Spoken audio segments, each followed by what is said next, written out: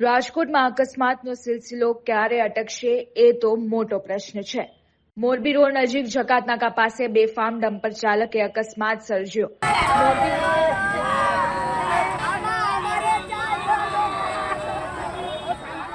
Morbi road જકાતનાકા નજીક પૂરપાટ ઝડપે આવતા ડમ્પરે પિતા પુત્રને અડફેટે લીધા।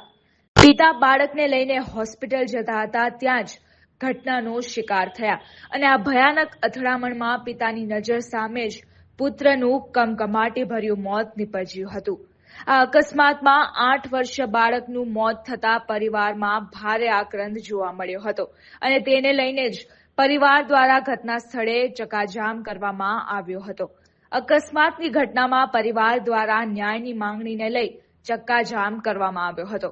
પોલીસ દ્વારા પરિવારને રોકવાનો પ્રયાસ કરવામાં આવ્યો હતો અને જે બાદ પોલીસ અને પરિવારજનો વચ્ચે ઘર્ષણના પણ દ્રશ્યો સામે આવ્યા હતા।